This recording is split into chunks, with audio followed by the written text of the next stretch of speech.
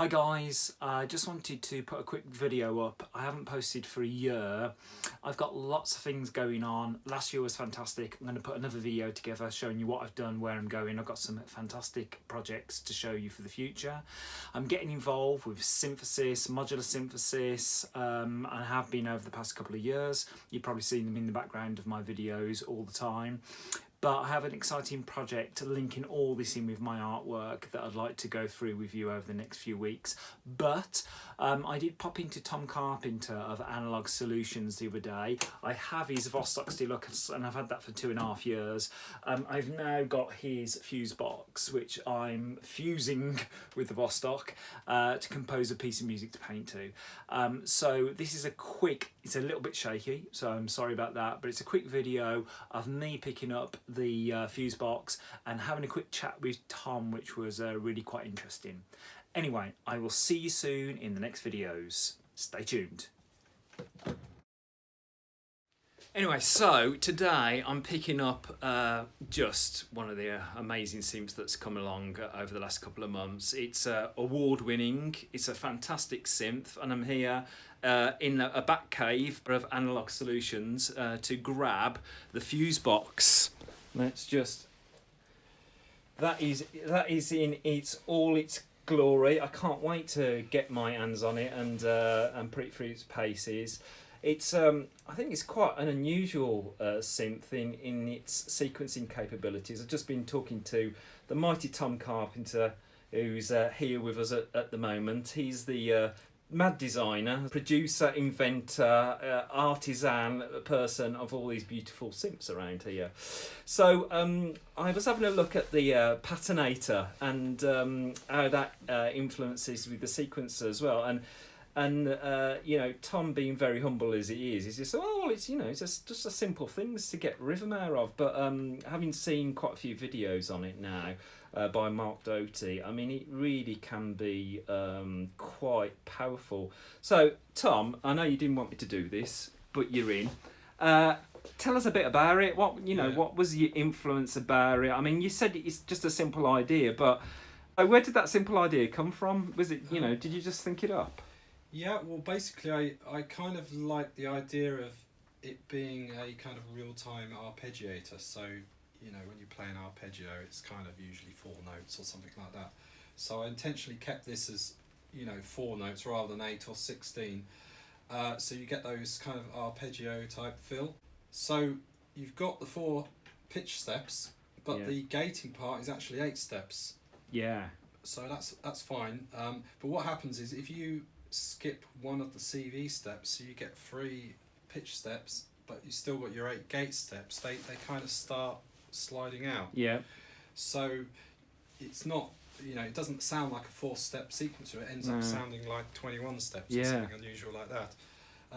But also by having all the extra switches and the fact that the gate switches are actually pots, so 16 position pot as it were, means that you can kind of change the rhythm in real time. Yeah. Rather than going click, click, click, click, you just kind of a bit more intuitive, just to feel.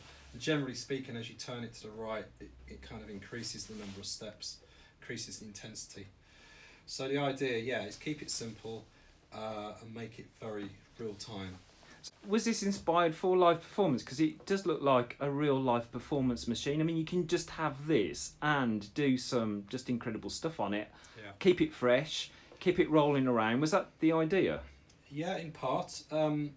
The idea is you can, if you want to, just have this running, and as some people have proven on their YouTube videos, just lose yourself for a couple of hours and just see where it goes. Yeah. Just, you know, hit record on whatever you're using, and yeah, it just for something so seemingly simple, you just get, you know, such a wide variety of patterns coming out of it. And that's just when you're using it in an obvious kind of way. You can actually integrate the way the patinator clocks with various other controls, different types of triggering. So it's something you can't put into words, but just by repatching, flicking a few switches, completely changes how the patinator will sound. So it's possible to describe. So, but this is it. Like, there's all those variants, and they all sort of like symbiotically can work together, which will get you a different variant. How do you just come up with that in your head? Do you start with a pad and pen? You know, how do you start? Usually starts in my brain. Yeah. Probably 4 a.m. Sometimes, yeah, it'll then might make it to pen and paper. Yeah. More because I might not have a computer by me. Then I'll figure out a panel size and what I can squeeze into it. You know, whether it's going to be a small device or a giant device. Yeah. And it's kind of like trimming back. You know, you can dream up the perfect synth, but then the realities of physical size and cost come in, and you've got to choose the best combination of controls to fit on that front panel. Yeah. Otherwise, you just end up with something that gets very big. Yeah. And then gets bigger and bigger. So yeah, once you've got the idea, it's all about fettling, you know, the final design really. So we was talking earlier on, like, you know, what you do is, you know, I'm an artist, but I see what you do is, you know, very creative. It's got that innate creativity that an artist would have. Like I find, like when I start, I'll do something and then that'll influence something else. That might influence something else, and then I think, oh wow, those go together. Is there sort of a process like that as you're going along, things influence each other, and you just somehow you come to this end result and you go, wow, okay, I've got where I want to be? Yeah, I guess so. This is a culmination of 25 years experience, and there'll be spin-offs from this, you know, which hopefully will make it super boof. Nice. So yeah, the problem is when you design something like this, it's different if you're a multi-million-pound corporation when you've got staff and you can say make it happen. But for small companies like myself, it takes a lot of time to make something like this, to design it. And the thing is, you kind of get towards the end of that process and you're already coming up with more ideas. Yeah. And you want to add them. You know, it's like maybe, you know, painted artwork is never finished, or, you know, a mix of a song is never finished. Yeah. But there comes a point where you've got to say, right, that's it. Yeah, got to go. The design is fixed.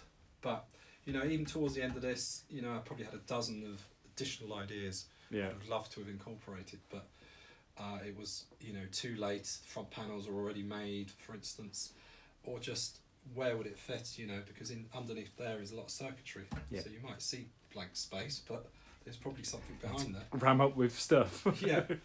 So, but then you carry over those ideas to the next product. Yeah. Which is obviously what's happening. Wow. So we may have something new at Superbooth, or definitely you'll be able to talk to people about an ideas that you got going forward at Superbooth. You heard it here first, guys. Exclusive. Well, there's definitely 2 more products this year, both very original. But there are other projects as well I'm working on. So yeah, you know, just life, work as normal, business as usual. Okay, well, I'll see you at Superbooth, mate. Yeah. And thank you for this beautiful unit that I'm just going to take away and hopefully get lost for hours in. Yeah, I'm sure you will. Enjoy. Cheers, mate. Bye. Bye.